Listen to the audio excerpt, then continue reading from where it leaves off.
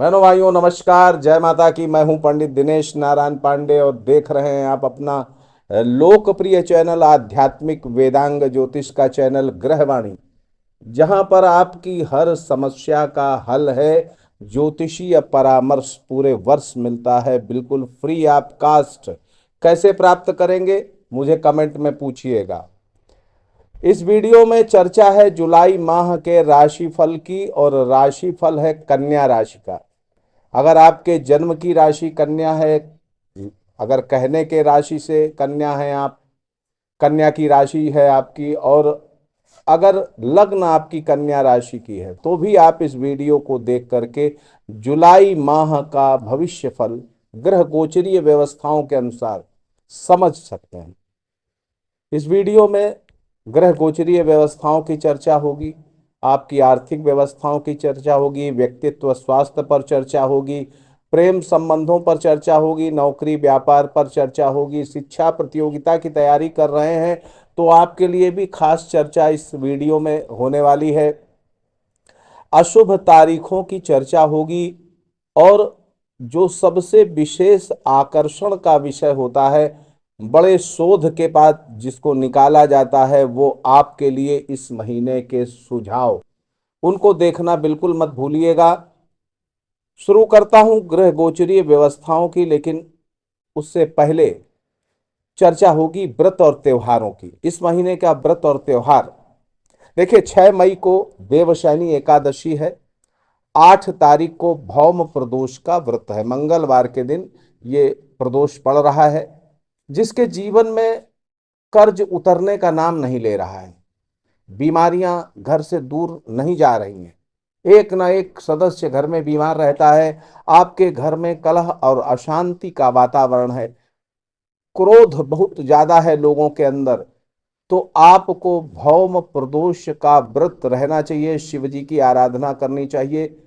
और इस 8 तारीख से इस व्रत को आप उठा सकते हैं।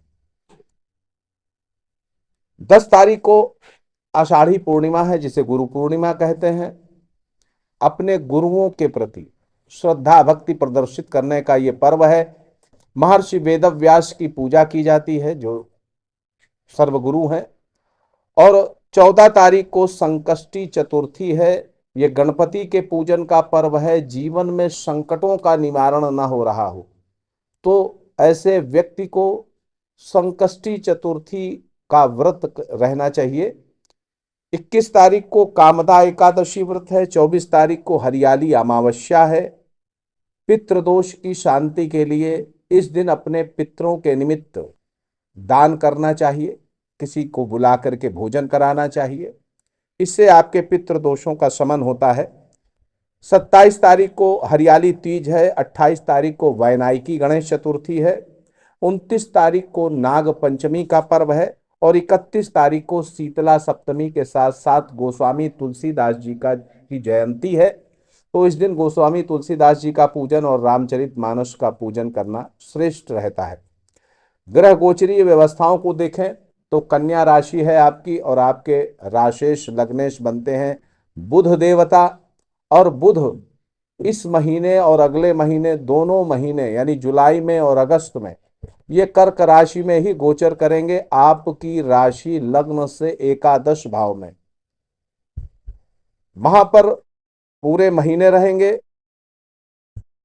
सूर्य आपके दशम भाव में गोचर करेंगे 16 जुलाई तक, और उसके बाद में बुधादित्य योग बनाते हुए एकादश भाव में गोचर करेंगे।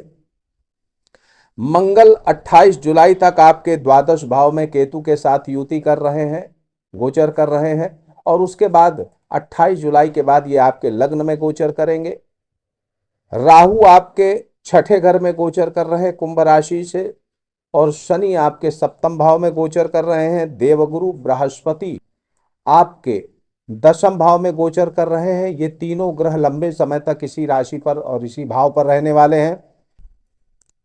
शुक्र आपके 26 जुलाई तक भाग्येश होकर के भाग्य भाव में गोचर करेंगे।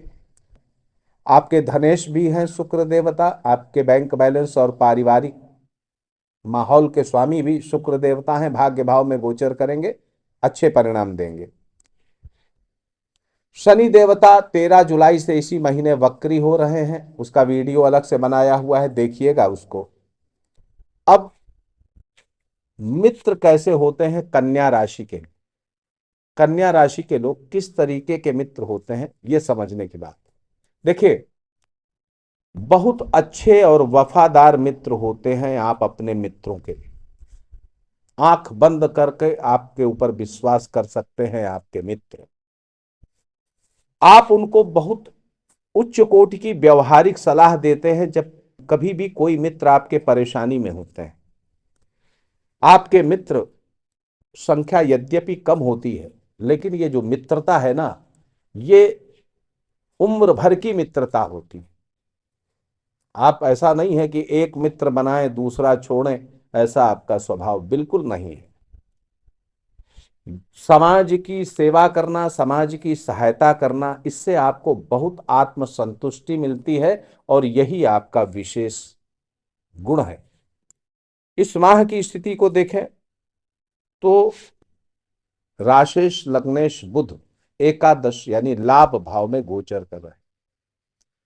जब हमारे राशि स्वामी जिस भाव में गोचर करते हैं, वहां से जुड़ी हुई इच्छाएं आपके अंदर पैदा होती, वहां से जुड़ी इच्छाएं आपके अंदर पैदा होती हैं। अब ये कमाई के भाव में गोचर करेंगे तो निश्चित तौर पर कमाई को हम देख सकते हैं कि कमाई आपकी महीने भर अच्छी रहेगी, काफी अच्छी रहेगी। और अगर मैं कहूं तो पिछले महीने की तुलना में ठीक और ठीक रहेगी। लेकिन महीने का जो अंतिम सप्ताह है, इसमें थोड़ी सी कमी आपको देखने को मिल सकती है, लेकिन फिर भी मैं कह सकता हूं कि आपकी कमाई बेहद अच्छी रहने वाली है इस महीने।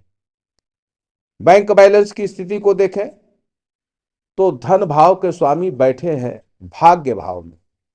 आपके बैंक बैलेंस के स्वामी बैठे हैं भाग्य भाव में, यानी भाग्य के प्रबल सहयोग से आपके बैंक बैलेंस में उत्तरोत्तर वृद्धि होती चली जाएगी।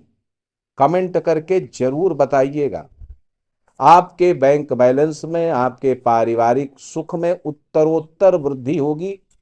पैतृक संपत्ति से जुड़े हुए कई लाभ आपको बहुत अच्छे ढंग से मिल सकते हैं। पिता से सहयोग आपको काफी अच्छे ढंग से मिल सकता है, पिता का बल आपको काफी अच्छे ढंग से मिल सकता है। तो यहां पर बैंक बैलेंस और अर्निंग दोनों अच्छी है। अब अगर सडन इनकम को देखें, आकस्मिक आय को, तो आपकी आकस्मिक आय भी इस महीने अप्रत्याशित रूप से बढ़ेगी।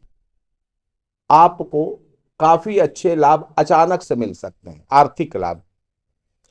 वहीं अगर आप विदेशों से जुड़ा व्यापार करते हैं, इंपोर्ट एक्सपोर्ट के बिजनेस में, तो आपके कई अच्छे अवसर, काफी अच्छी स्थितियां आपकी अर्निंग की हो सकती हैं।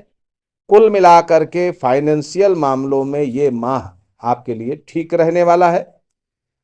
इस माह चतुरता आपकी बढ़ेगी, आत्मविश्वास बढ़ेगा, मित्रों से सहायता मिलेगी, परिश्रम से जीवन यापन करेंगे, परिश्रम से बिल्कुल जी नहीं चुराएंगे।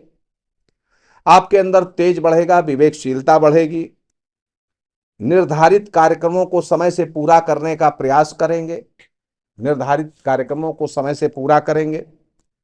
नौकरी करने वालों के लिए महीने का जो उत्तरार्ध है ये थोड़ा सा कम अच्छा रहेगा। संघर्ष इस अवधि में बढ़ सकते हैं, यानी महीने के अंतिम सप्ताह में नौकरी में परिश्रम के अनुरूप लाभ नहीं मिल पाएगा। कब? महीने के अंतिम सप्ताह में। नौकरी के साथ साथ व्यापार करने का भी मूड बना सकते हैं आप, इधर भी आपका ध्यान जा सकता है। लेखन के क्षेत्र में, प्रकाशन के क्षेत्र में, बैंक सेक्टर में, फाइनेंशियल सेक्टर से जुड़े जो लोग हैं, जो पत्रकारिता से जुड़े हुए लोग हैं, जो आईटी सेक्टर से जुड़े लोग हैं, जो सॉफ्टवेयर के क्षेत्र से जुड़े हुए लोग हैं, उनके लिए ये महीना काफी प्रॉस्परस और एडवेंचरस हो सकता है, काफी अच्छा रह सकता है। अनेक अच्छे अवसर आपको मिल सकते हैं इस महीने।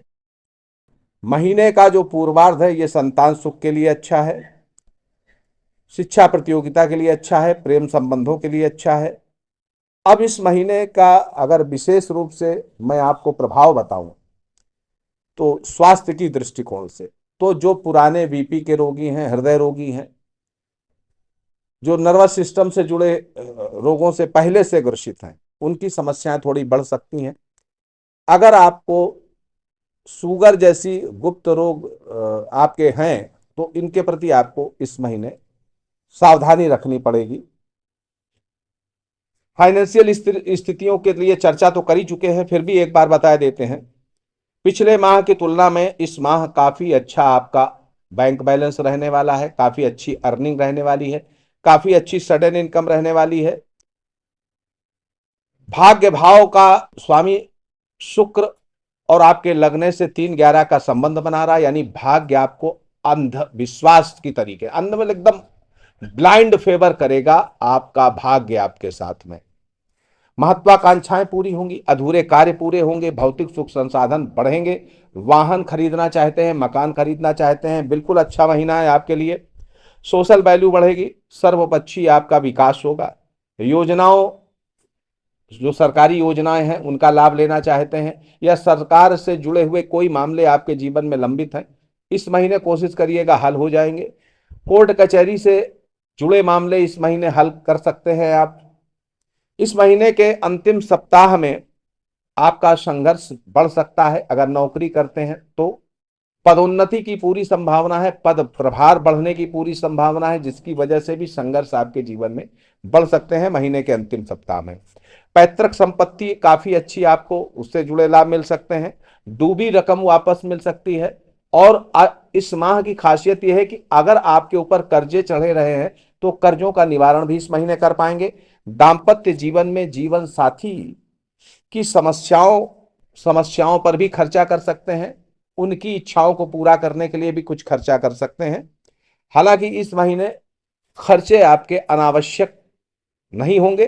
प्रेम संबंधों के लिए महीना काफी अच्छा रहने वाला है। पूर्वार्ध काफी अच्छा है उत्तरार्ध की अपेक्षा, और उत्तरार्ध में अंतिम सप्ताह में कुछ स्वाभिमान, ईगो जनित समस्याएं प्रेम संबंधों में हो सकती हैं। शिक्षा प्रतियोगिता के लिए पूरा महीना श्रेष्ठ है। फिर भी अगर देखा जाए तो उत्तरार्ध की अपेक्षा पूर्वार्ध काफी श्रेष्ठ है। आपको एक विशेष सुझाव जो विद्यार्थी हैं उनके लिए देना चाहूंगा कि देखिए, नकारात्मक चिंतन से बचिएगा। ऐसे नकारात्मक मित्रों से बचिएगा जो आपको हतोत्साहित करते हैं। ऐसे लोगों से आपको बच के रहने की जरूरत है। ऐसे मित्रों से बिल्कुल आप दूरी बना लीजिएगा जो आपको हमेशा हतोत्साहित करते रहते हैं। बस अब इस महीने का खास सुझाव जो आपके लिए बहुत इंपॉर्टेंट हो सकते हैं।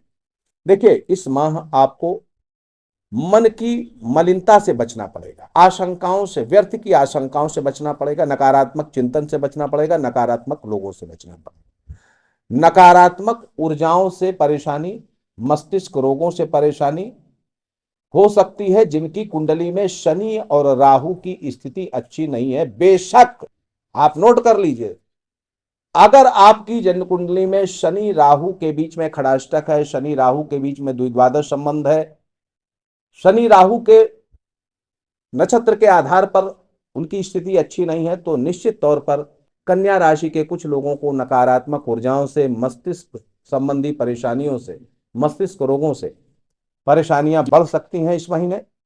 तो यहां पर जरूरी है मंगल और शनि को हनुमान जी का दर्शन करना। इनका दर्शन आपके लिए सदैव लाभप्रद रहता है, इनका दर्शन जरूर करिएगा। जीवन साथी की अच्छाइयों को प्रमोट करने का प्रयास करिएगा, उनकी तारीफ किया करिएगा, जीवन साथी को प्रोत्साहित करिए, इससे आपको बड़ा बल मिलेगा इस महीने। नौकरी में आपको टकराव से बचना चाहिए, ऑफिशियल पॉलिटिक्स से बचना चाहिए, वरना महीने के अंत में कुछ परेशानियां आपके सामने आ सकती हैं। अगर आप गुप्त रोग हैं आपके तो लापरवाही से उनसे बचिएगा, और गुप्त संबंध हैं आपके तो भी आपको बहुत सतर्क रहना है इस महीने, वरना कुछ परेशानी आपको मिल सकती है। इस महीने की अशुभ तारीखों की चर्चा करें तो 1, 3, 6, 8, 10, 12, 19, 21, 27 और 29। 1, 3, 6, 8, 10, 12, 19, 21, 27 और 29, ये तारीखें गोचर, चंद्रमा के गोचर की दृष्टिकोण से आपके लिए ये तारीखें कम अच्छी हैं, इनमें सतर्कता जरूरी है। वीडियो कैसा लगा कमेंट करके जरूर बताना, और चैनल में नए हैं तो चैनल को सब्सक्राइब करिएगा, बेल आइकन दबा करके आगे बढ़िएगा, कमेंट जरूर करिएगा, शेयर करिएगा वीडियो। आप सुखी रहें, समृद्ध रहें। जय माता की।